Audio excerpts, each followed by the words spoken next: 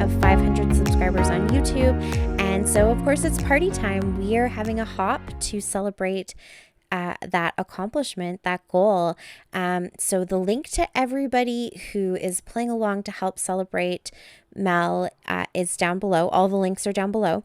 Of course, Mel's link is down below as well. It's Mel W Scrapping, so you can go and show her some love and give her some congratulations. And also the link to May I Scraplift You, the giant playlist that everybody is adding their videos to for the whole month. That's also down below, so you can definitely check that out too. It kind of works out perfectly. We are scraplifting Mel, and it's also May I Scraplift You month, so it all kind of fits in. And yeah, you definitely don't want to miss that huge playlist, because there's so much inspiration and lots of people playing along, and these playlists are really the best way to do this. I love that, Christy's doing it for 30 days of sketches. Everybody's creating these playlists. It means that you can just go to the playlist, start with the first video, work your way through it at your own pace. You'll catch everybody who's adding their videos. You don't really have to hop around from one link to the next. And you're going to see lots of people who are, working on completing the entire month every day, but other people who only hop in here and there, like myself. You won't miss any of them. So go and check out all of those links down below, and have fun, be inspired.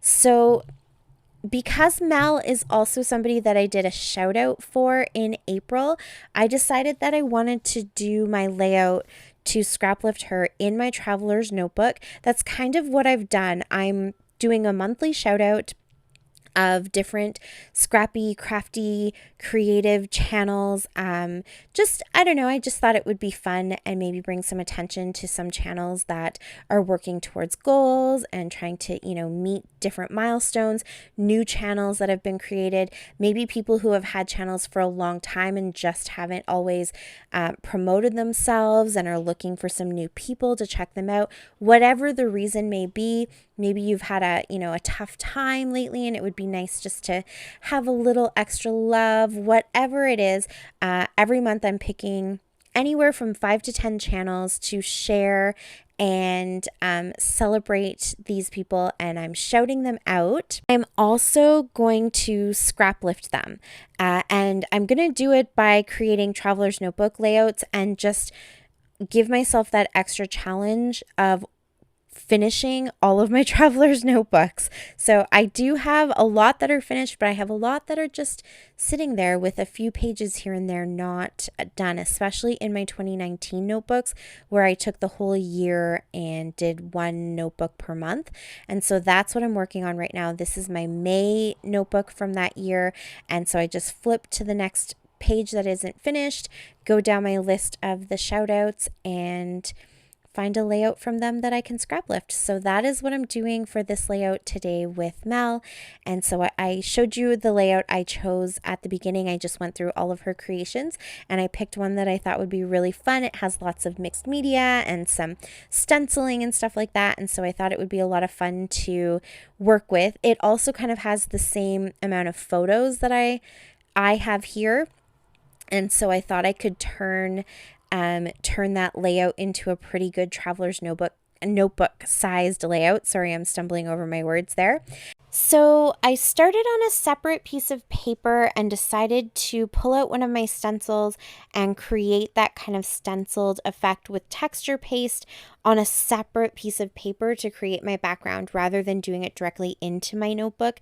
Sometimes I do it that way, even with a little bit of watercolor. It really all just depends on what technique I'm using and how wet or thick or heavy it might be, and also what's on either side of that particular layout. So because I've already done the layout before this one, I knew that I didn't want any color to be kind of bleeding through into that layout, and I haven't completed the layout that's going to be right after this one, so I just thought it was a bit safer to do it this way. So I didn't do the full stencil perfectly. I kind of wanted it to look a little kind of random and more concentrated going from the top left to the bottom right in that kind of diagonal, just like in Mel's layout. And the stencil itself actually was almost the exact right size of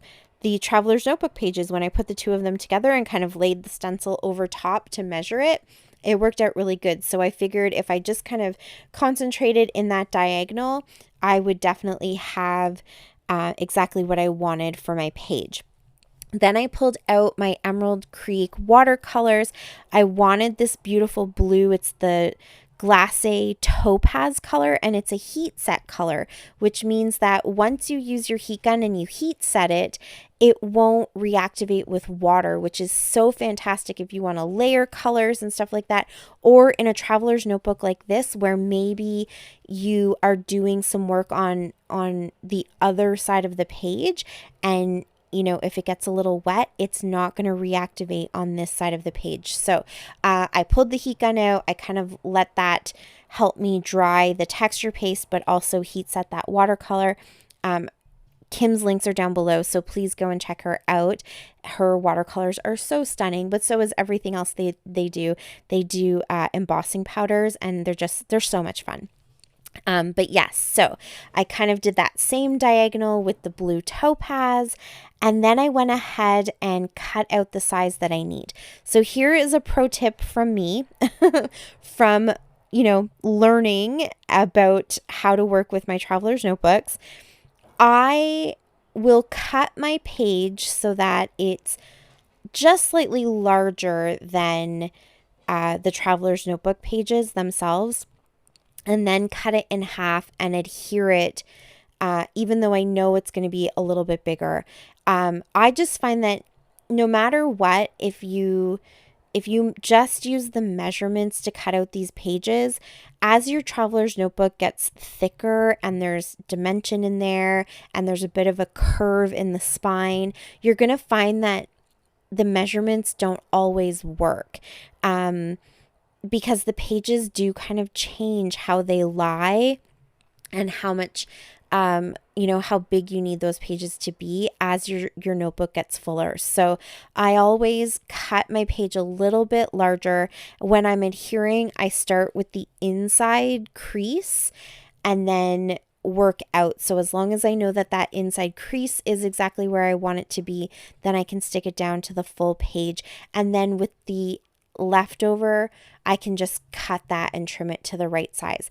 I have before just, kind of known what the measurement of my book was and gone ahead and cut the pages to that size and then realized they don't look right. They don't line up right because the notebook isn't perfect and flat and, kind of like pristine anymore. So that works for a few layouts, but then over time, as you've added more and more into your notebook, I definitely recommend not just taking the true measurement of what the notebook was supposed to be.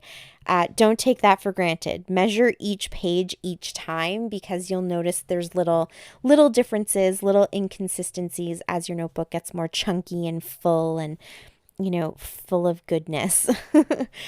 So I popped down those two pages and, got them into place and cut them down nicely. Then I added my photos. These are some food truck photos. And so I went into my Wild Whisper stash and I pulled out some of my Talk Foodie to Me ephemera.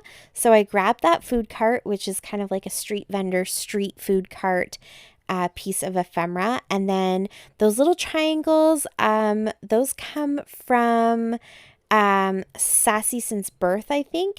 I just thought they were kind of fun. The blues kind of match the color, and it's some of the shapes that you see in Mel's layout. And then that one flare that says street food.